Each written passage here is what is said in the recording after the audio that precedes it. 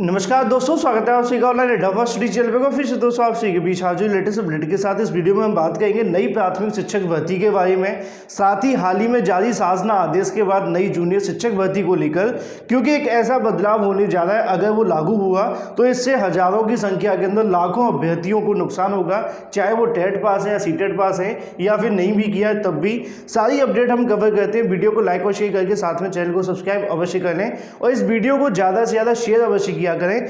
जैसा कि आप सभी को पता है कि सरकार की तरफ से समय समय पर तमाम बदलाव किए जाते हैं। उन तमाम बदलाव के माध्यम से प्रतियोगी छात्रों को फायदे भी होते हैं और नुकसान भी होते हैं, और उन नुकसान और फायदों की सारी जानकारी हमारे माध्यम से सटीक तौर पर आपको दी भी जाती है।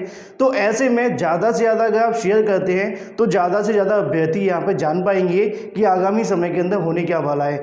अगर आपको याद होगा कि संविदा का मुद्दा देखने के लिए मिला था, जिससे प्रतियोगी छात्रों को बड़ा नुकसान होना था, हमने उस पर दिन रात आवाज़ उठाई, अभ्यर्थियों ने सड़कों पर उतर कर अपनी मांगें रखी, उसके बाद में वापस हुआ, बाद में 50 साल वाला मामला देखने के लिए मिला। लेकिन अब ऐसे में एक बड़ा अपडेट आप सभी के सामने आ जाता है, जो कि है शिक्षक भर्तियों के अंदर भी और तमाम भर्तियों के अंदर भी। इस प्रस्ताव को लेकर बात करें उससे पहले मैं आप सभी को बता दूं, एक शिक्षक बनने के लिए या फिर किसी भी भर्ती में शामिल होने के लिए कोई ना कोई तो योग्यता निर्धारित की जाती है, चाहे वो +2 हो, 10+2, या फिर अगर बात करें ग्रेजुएशन, या फिर शिक्षक भर्ती के अंदर ग्रेजुएशन के साथ में बीएड बीटीसी, इसके अलावा टेट सीटेट, फिर शिक्षक भर्ती आती है। लेकिन जब उसके अंदर कोई अलग से आहता जोड़ दी जाती है या कोई कंडीशन लगा दी जाती है, उसके बाद से अभ्यर्थियों को बड़ा नुकसान हो जाता है, क्योंकि पहले ही अभ्यर्थी इतना कुछ करके आए होते हैं, उसके बाद में नया नियम थोप देते हैं, तो अभ्यर्थियों के लिए बहुत ही बड़ा नुकसान यहां से हो सकता है। मैं यहां पे बात कर रहा हूं इस कमेटी के बारे में। इस कमेटी के माध्यम से कुछ ऐसी जानकारियां दी गई हैं जिसके आगामी समय के अंदर बहुत ही बुरे परिणाम देखने के लिए मिल सकते हैं प्रतियोगी छात्रों को।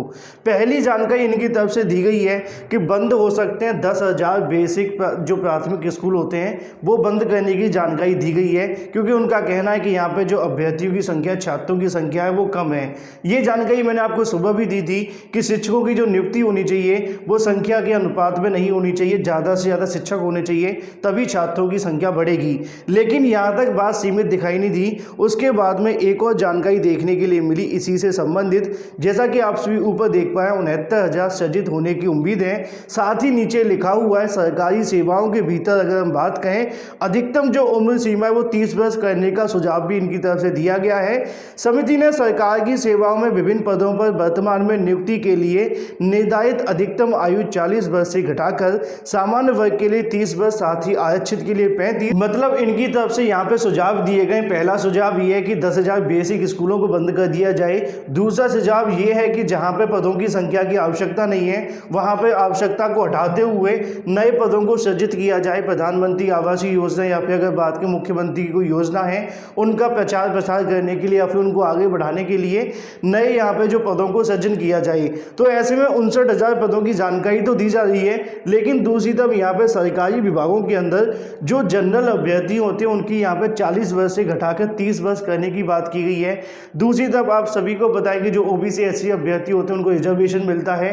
रिजर्वेशन के अनुसार यहाँ पे उनका कहना है कि यहाँ 45 से घटाकर लगभग 35 वर्ष कर दी जाए। मतलब पूरे के पूरे 10 साल अगर नुकसान कर दिए जाते हैं तो आगामी समय के अंदर अभ्यर्थियों के लिए बड़ा नुकसान होगा। जैसा कि मैंने स्टार्टिंग में कहा कि अभ्यर्थी बीएड बीटीसी टेट सीटेट करते हैं, इतने साल निकलने के बाद में शिक्षक भर्ती आने का इंतजार करते हैं, और बहुत सारे अभ्यर्थी तो ऐसे होंगे जिन्होंने अभी तक शिक्षक भर्ती नहीं देखी होगी और उनकी उम्र 30 के आसपास आने वाली होगी।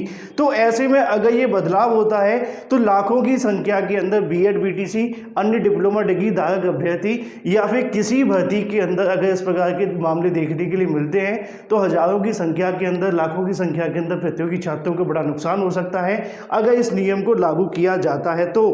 क्योंकि अगर आपको याद होगा यूपी के अंदर टीजीटी पीजीटी की पिछले 4 साल से भर्ती नहीं निकाली है। दूसरी तरफ 69,000 को देखें 2 साल हो चुका है। एलटी गेट को 2.5 साल से ज़्यादा का समय निकल चुका है, अभी तक नई शिक्षक भर्तियां निकलती दिखाई नहीं दे रही हैं। और अगर ऐसे में उम्र सीमा घटाने का जो प्रस्ताव दिया गया या फिर यहाँ पर जो जानकारी दी गई सुझाव के तौर पर, अगर इनको लागू कर दिया जाता है तो इससे बड़ा नुकसान हो सकता है। एक तरफ जहाँ पर विद्यालय बंद किए जाएँ और दूसरी तरफ यहाँ पर इनका ये भी कहना है कि उम्र सीमा घटा दें। तो ऐसे में आप सभी को क्या लगता है, कमेंट करके बताना तो बिल्कुल ना भूलें, क्योंकि इन मुद्दों को लेकर आप सभी के सामने रखना, आपको समझाना सबसे बड़ी चीज़ है और आपका शेयर करना भी बहुत बड़ी चीज़ है। लगातार जानकारी मैंने आपको कई बार पहले भी दी थी, जब ये कहा गया था कि 50 की उम्र में जाकर जबरन रिटायरमेंट दे दिया जाएगा।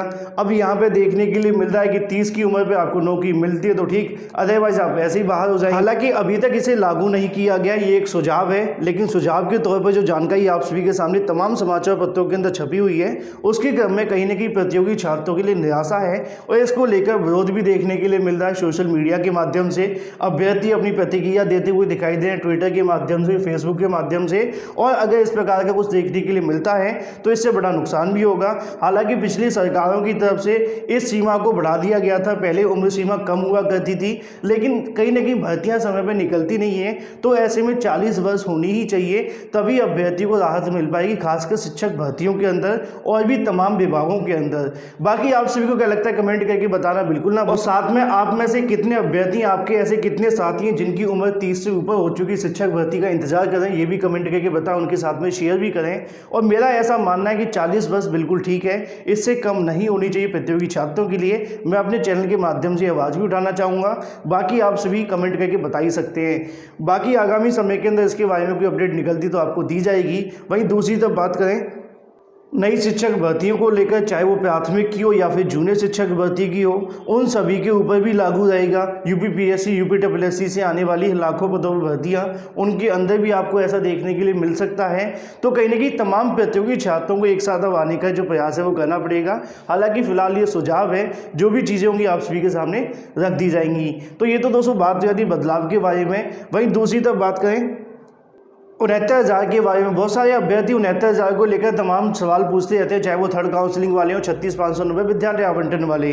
बहुत ही अच्छी और बहुत बड़ी अपडेट देखने के लिए मिल रही है विद्यालय आवंटन के लिए। लगातार अभ्यर्थी इंतजार कर रहे थे, हालांकि हमारी तरफ से आपको पहले ही जानकारी दे दी गई थी कि इस हफ्ते आपको जो खुशखबरी मिलने वाली है, तमाम नोटिफिकेशन जारी हुए। ऐसे में आप सभी ने देखा कि संशोधन वालों को नियुक्ति पत्र मिल चुके हैं, उसी क्रम में शासन प्रशासन की तरफ से जानकारी मिल चुकी है, पूरा कन्फर्मेशन हो चुका है विद्यालय को लेकर। उनका कहना है कि 25, 26, 27 के बीच में यहाँ से जो शासन आदेश है वो जारी कर दिया जाएगा विद्यालय आवंटन को लेकर, जिसके अंदर संपूर्ण प्रक्रिया की जानकारी आप सभी को देखने के लिए मिलेगी, क्या क्या कब से होने वाला है। और यही जानकारी मैंने आपको पहले भी दे रखी है कि 25 तारीख के बाद में आप सभी के विद्यालय आवंटन होने की जानकारी शासन से देखने के लिए मिल रही थी, और वही आप सभी के सामने होता हुआ दिखाई भी दे रहा है। आज यहाँ पर शासन की तरफ से अभ्यर्थियों ने मुलाकात की, तमाम अपनी जो मांगे वो रखी, ऐसे में जानकारी निकली। उनका कहना है कि विद्यालय आवंटन जो होंगे 25 तारीख के बाद में आप सभी को देखने के लिए मिल रहे हैं। यहाँ पे जो नोटिफिकेशन है वो भी जारी कर दिया जाएगा, जिसके माध्यम से सारी जानकारी आप सभी के सामने आने वाली है। तो ज़्यादा आपको इंतजार अब बिल्कुल भी नहीं करना पड़ेगा 36,590 के लिए। और बहुत सारे अभ्यर्थी इस चीज़ को लेकर पूछते हुए दिखाई दे रहे थे कि सर यहाँ पे जो काउंसलिंग करवाई जा रही है, नियुक्ति पत्र दिए जा रहे हैं, क्या इसके बाद में कोई काउंसलिंग होगी कि नहीं होगी, क्योंकि यहाँ पे अनुपस्थित वालों को भी बुलाया गया है, लेकिन थर्ड काउंसलिंग वालों को नहीं बुलाया गया। सबसे बड़ी चीज़ मैं आप सभी को बताना चाहूँगा कि शासन प्रशासन की तरफ से फिलहाल जो काउंसलिंग करवाई जा रही है वो 67,867 के अंदर सम्मिलित अभ्यर्थी भी करवाई जा रही है, चाहे वो संशोधन वाले हों या फिर अनुपस्थित वाले हों, ठीक है। लेकिन ऐसे में अगर देखा जाए बचे हुए जो अभ्यर्थी रह गए थे, जो अगर बात करें चाहे वो थर्ड काउंसलिंग के अंदर कुछ गुडांग से रह गए या उनकी मेरिट कम है, तो ऐसे में उसमें से उन अभ्यर्थियों की जो अलग से चयन सूची बनेगी, चयन सूची बनने के बाद में जारी की जाएगी, उसके बाद में आपको काउंसलिंग देखने के लिए मिलेगी। तो यहाँ पे जो काउंसलिंग करवाई गई है वो संशोधन वाले अभ्यर्थियों की है, उसी के अंदर यहाँ पे बुला लिया गया है जो अनुपस्थित वाले हैं। इसका मतलब ये बिल्कुल भी नहीं है कि थर्ड काउंसलिंग नहीं होगी। यहाँ पे शासन प्रशासन की तरफ से आज भी जानकारी देखने के लिए मिली है कि थर्ड काउंसलिंग अवश्य होगी, लेकिन इंतजार सिर्फ विद्यालय आवंटन का होगा। हजारों की संख्या के अंदर सीटें खाली रहने की संभावना है। बहुत सारे अभ्यर्थी ये भी पूछ रहे थे कि यहाँ पे संशोधन वाले अभ्यर्थी को बुलाया गया है, तो यहाँ बताया गया था कि 1300 ऐसे अभ्यर्थी हैं जिनके मामले विचाराधीन थे। कितनों को राहत मिली है कोई संख्या नहीं है, कम भी हो सकते हैं 1300 से, है ना। साथ ही जो अनुपस्थित वाले हैं वो कितने जाएंगे ये भी एक सवाल है।